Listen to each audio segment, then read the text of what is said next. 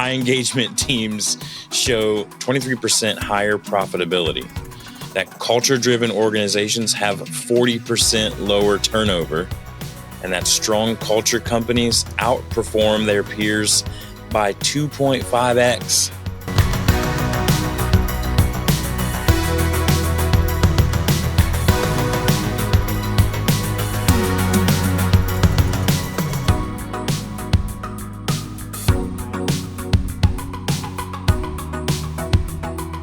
Well, welcome back to the Culture Based Podcast. I'm Dustin. He's Blake. We are the Culture Based. Glad to be back with you. Episode 90. Today, we're going to talk about the ROI of culture. Man, we're less than 10 seconds in, and we're already spitting out those TLAs. The return on investment of culture is what we're talking about today. Can't wait to dive into that topic with you. But first, I want to remind you that we're here to help leaders know what they're about, show where they're going, and develop a scalable team to get them there. If you're listening to this on an audio podcast platform, would love for you to rate and review. All that stuff helps us get this content out further. Just like if you like, subscribe, and ring the bell on YouTube. You can follow us there as well and watch this episode on YouTube. Like, subscribe, ring the bell there as well so that you're notified every time this content is dropped. Follow us on Instagram, YouTube, LinkedIn at The Culture Base, BASE. And then lastly, you can go to theculturebase.com to get all sorts of free resources, including our eBook, absolutely for free, called The Scalability. That's right. The Scalability Playbook is there for you absolutely for free. We also have stuff on there like the best interview questions ever, a PDF guide, and Blake Bear's book, Uncultured. All right, let's get into today's episode. It's going to be a hot episode. We got to really debunk some myths here. So let's get into it with this discussion about the ROI of company or of culture, right? So do we actually earn anything back by investing into our culture? And I will start by saying this, Blake, that companies with strong culture, it's been documented. If you look at a company with strong culture, you see over time 4x revenue growth compared to those with weak companies. So immediately, if we're talking a financial return, it's immediate. Right. You can see it there. And I say immediate, it's immediately in the stats that we're giving you. Right. High engagement teams show 23% higher profitability. That culture driven organizations have 40% lower turnover. And that strong culture companies outperform their peers by 2.5x to 10x. Everybody wants to 10x these days. Right. So you just do that. You're a quarter of the way there. Am I wrong? Yeah. I mean, that's also 250%, right? Right. Like, it's a lot. That's a big number. That's a lot. We're going for 1,000%. You're 250% there. Boom. So let's paint the problem for these folks, Blake.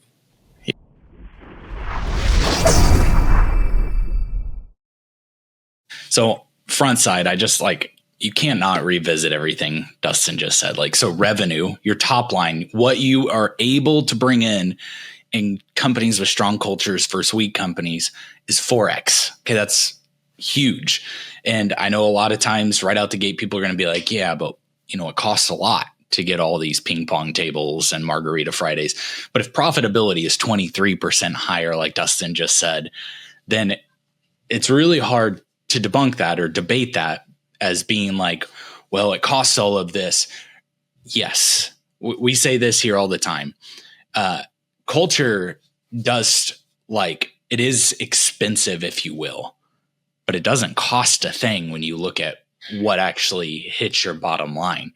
Because if all of a sudden your revenue is increasing and your profitability is increasing, that means your efficiency is increasing. That means your turnover is decreasing and your retention's increasing. We're hitting so many things that in your financial sheet, which generally there's not a line item for culture, which is maybe there's a thought there. Because again, this whole discussion that we're going to get into today is really about data. It is really about what kind of metrics do you check and look at to see ROI? Because generally speaking, there isn't that line item that is a culture line item to see that if I increase this, like if this was marketing, this was sales, if we increase this line item in marketing, do we see other indicators also increase? And it gets into the discussion of what causes versus what correlates, right? The problem is too many people think that idea of culture, that investment in culture doesn't actually turn anything around. They think that it's just fluffy stuff that makes people smile a little here and there and, oh, we're a team, and yet not feel that authentically. They think that investment is just a waste of money. But that's not true. And we measure almost everything else in our organizations. If you're a healthy organization, you're measuring things, right? If you don't measure culture, then you will believe the fluffy mentality, right? Like you will believe that because you don't measure it to see, if I increase this, does this increase? This is like ROI is a return on investment. So if I invest this, what is the return? How do I actualize these things? And I think because, and this might piss some business owners off here, but it's hard to figure this out. Marketing dollars are easy. Like we just label that marketing. And now I know, hey, here's our marketing efforts. And then we break down our marketing data into, well, here's how much we invested in Google SEO. Here's how much we invested in Facebook ads. Here's how much we invested in this. And you play that game. It is the same for culture. You just have to learn what are the things we do that we should be measuring, should be checking into. And a lot of times, and again, this might piss business owner off here, a lot of times we don't want to measure them because we think there's a value connection back to us. Okay. If turnover, we start tracking turnover, and that's an identifier, and everybody's exit interview, if I took the time to do the exit interview, is all like, that leader really pisses me off. And you're like, I just don't want to hear it. I'd rather not get into that. Okay. Well, then just know in those cases that you're intentionally being blind. Like you're choosing to be blind here. And that's okay. If you want to be ignorant in those things, that's fine. But if you want to create good ROI and actually value the investment you're doing, then you do have to know, like, this is something you got to look at. This is something you've got to measure. Okay. So got to get out of that short-term thinking. You got to go long-term, right? Like, investments don't turn overnight unless it's GameStop, right? Like that kind of thing is few and far between. We've got to have long-term thinking here. Yeah, I like it. Let's get into the solution a little bit here.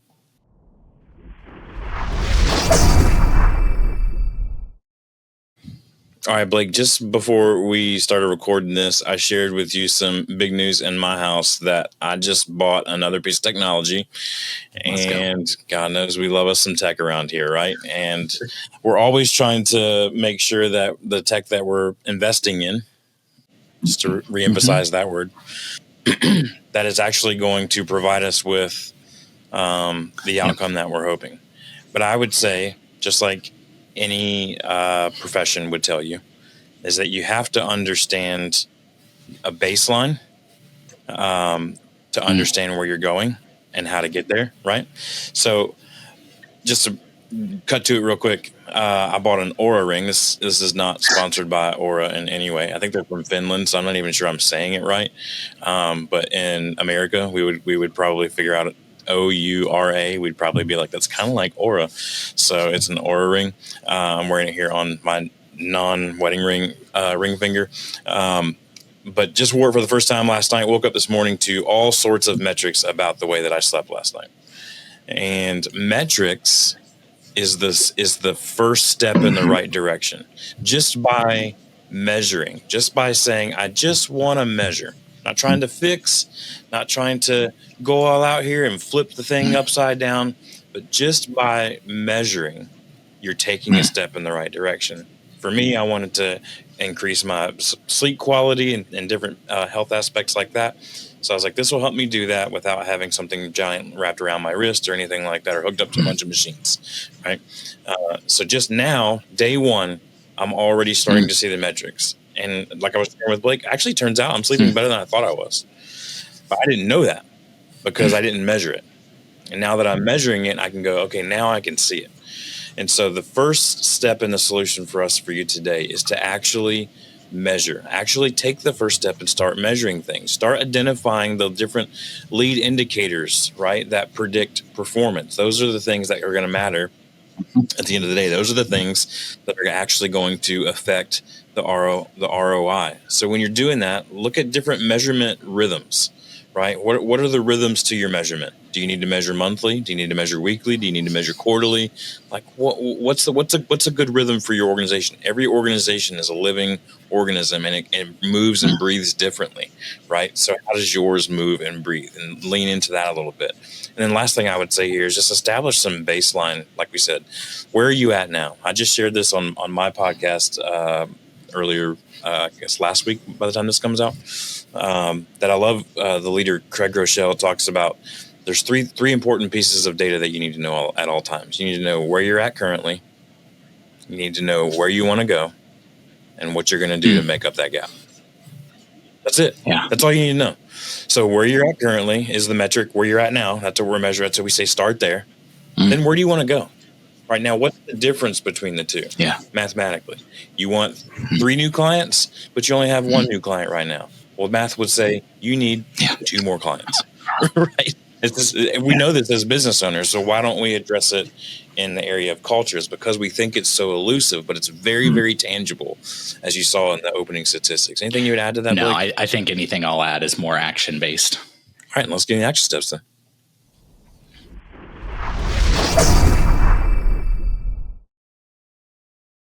So we know culture, or you're being told that culture is a multiplier. Okay. So it is a huge multiplier to your organizational's ability to scale, right? Like the whole thing that the culture base does, the last thing is helps them scale to get there. Like that's what we're trying to do, is create scalable teams. Then metrics. What metrics do you follow? How do you follow them? That becomes what we have to identify. Like we talk about, hey, your marketing stuff, you dashboard that, you look at that and see, oh, okay, so let's look at this dashboard or this dashboard. We are not going to focus on you should use this thing or this thing. There are our preferences. There are things that we try out, but man, we are in such a vastly changing world with AI, whether you should get a full-on software, you should be developing your own API connections and your current workflows. And you know what? I've got opinion there, but like, all this stuff keeps changing and moving. So I'm not going to tell you, you must use this one thing if you want to have a healthy culture metric system. I'm not going to say that. We can throw some things out there and I'm good with that. But you don't have to use an Oura ring exactly for sleep metrics. There's all sorts of different things out there. This is just one of many, and it's rapidly changing all the time. I don't even know about Oura ring until like a year ago. Yep, exactly. And I used Fitbit for a long time. And so like there are things out there to do this, but you've got to know what are the metrics that I want to follow? What are the metrics that help me understand, like even with sleep, I want to use this as an example. So you get all these metrics about sleep. So what? If behavior doesn't change after that, then it didn't create an action. You just got data.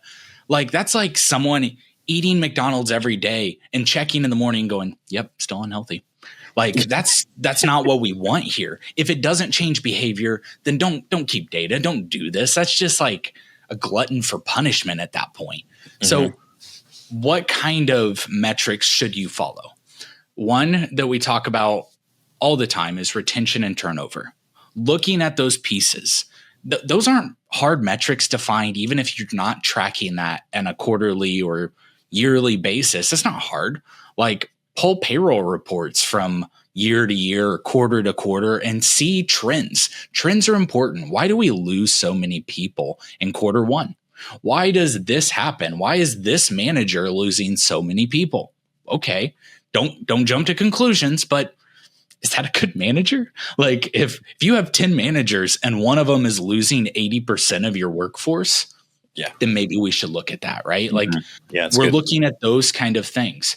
The next one would be, of net promoter score, right? Like that's like how likely would your customer promote you? How likely would you promote, this service to another service. And, oh, I'm going to tell my friends about this awesome plumber or this awesome carpenter. Like, that's a net promoter score. In your organization, you can have what is called an ENPS. Okay. That's an employee net promoter score. That is how likely would your team actually go out and say, you should work here. Like, you should use us. That is a great indicator at the ability for your company to grow, because if those who are here won't promote you, okay, that's another thing to identify. What do we need to do? Where do we need to focus? If you've got a low ENPS of people are not willing to tell other people about it, and yet you're like, hey, for the last year, we've had a very good, like, nobody's turned over and it's great. Then maybe you need to look at another metric of what's your average tenure. That's another target. Okay, well, average tenure is actually only 14 months. Okay, your employee net promoter score is low. Your yearly this year turnover is actually pretty good, but your average tenure is only 14 months. That means in 2 months, everyone's going to leave. Like, starting to look at all these pieces help you start to predict, can I grow in this next stage? Can we go to this next level? I think there's a lot of other things, like, what are your performance recognition standards? What are your communication and feedback look like? Starting to check those things. There are multiple softwares here, such as Office Vibe. What's the other one we just looked at? Pecan is from Workday. Okay. Yep. That one. And a lot of these, what they're looking for is trying to give score different areas. Okay. And next time we'll talk about A Player on our next podcast episode, where we'll dig into that idea. And we do something similar, but with your culture, with your values, with the things you say are important. Like, hey, here's where our pay and benefits is. Here's where our communication is. Here's where those top 3 things that make up over 84% of why people leave a company. Like, we're checking all those things, and how does it play? You're gaining metrics, and those types of softwares can help you there, but you can build something to get there too. It's just making sure that you're getting good data. The good thing about those softwares is they tend to stay anonymous. Yeah. And what allows you to have is a little more transparency. Okay. A little more. And I would probably say you're going to get 30 to 40% more transparency by being anonymous on some of those things. But the hardest thing is getting people to do those kind of surveys and give feedback, which is a metric in and of itself. Yeah, for sure. Willing is participation score. Exactly. And so a lot of these are like some of your leading indicators into culture. Some of your lagging ones are how innovative and how much do you think your team can grow right now? Like, do you have a score of which, like, hey, I think we're, likely to be able to do this? It's culture based. When we do our 360 culture reviews, that's actually one of the areas that we have as a multiplier of what we actually believe this company can be and its ability to scale. Right. Why is that important? Because most people aren't necessarily looking for good culture. They're looking for a team that can grow. They're looking for a place they can grow. They're looking for a place they can connect and grow in, but that it has purpose, right? So if all you do is, hey, man, I just love waking up and staying in my socks and underwear, and then we just kind of talk on the phone and don't really do anything, it sounds like, to some people that may sound great, but man, to A players, that sounds like hell, right? Like, we're not doing anything. We're not making a difference. We're not really impacting the world. So yeah, I know I threw out a lot there. I think those are some leading and lagging indicators, though, for action steps. The action for me is start looking, start getting metrics. I don't even care if it's for one thing. Start with one thing and just slowly start tracking that. And then once you've got enough data for a while, change something. With the Oura Ring, like, it's great that you get all that data, but if you don't start tracking, like, you know what, I want to see one variable. And it's really important in any kind of change management that you really only change one thing. Okay. So you actually know whether it actually affects the bottom line or doesn't affect the bottom line. And so you change one thing. Okay. So before I fall asleep, here are the 4 things that are good. Stop drinking caffeine 10 hours before bed. Stop watching like videos 1 hour before bed. Don't do work for 2 hours before bed. Alcohol and food 3 hours before bed. So that's they call it like the 10-3-2-1. 10-3-2-1. Yep. So, and you can do all of those and have really good response. But are all of those true? Well, if you do all of them at once, you don't know which one's true. Right. So start with one. Okay, I'll stop eating 3 hours before bed, and let's just see what changes. How do my metrics change? Yeah. You're in business. You understand this, but just know that there are metrics for you to do this. Yeah. I would say too, just one more metric to look at is we talk a lot on here about the cost of turnover. But I would also say absenteeism. Mm-hmm. So if a lot of people are calling in or not showing up or things like that, yes, that may be a sign of just bad hiring and things like that. And we can talk about that next time on our next episode with A-player stuff. But it's also could be a sign of your culture, right? So if you're just like, well, how do I measure it? Well, if you have 5%, 10%, 20% call outs, right? That could be an indicator that, hey, there's something wrong here that we need to look at. So I hope we've given you enough to think today, but we wanted to just kind of keep it brief so that you can get out there and start doing something today. Do one thing today, change one thing today, and see how it affects your culture. See how it affects the return on your investment of investing into your culture. I want to remind you can hop on a call with us at theculturebase.com/strategy for a free strategy session. We're happy to talk about anything that we discuss on this podcast episode. You can download the ebook, the scalability playbook at theculturebase.com/resources. And we'll talk to you next time. We're going to look at what it means to be an A player. We're going to talk about the rise of the A player. And cannot wait to discuss that with you next time on the Culture Base Podcast. Have a great week.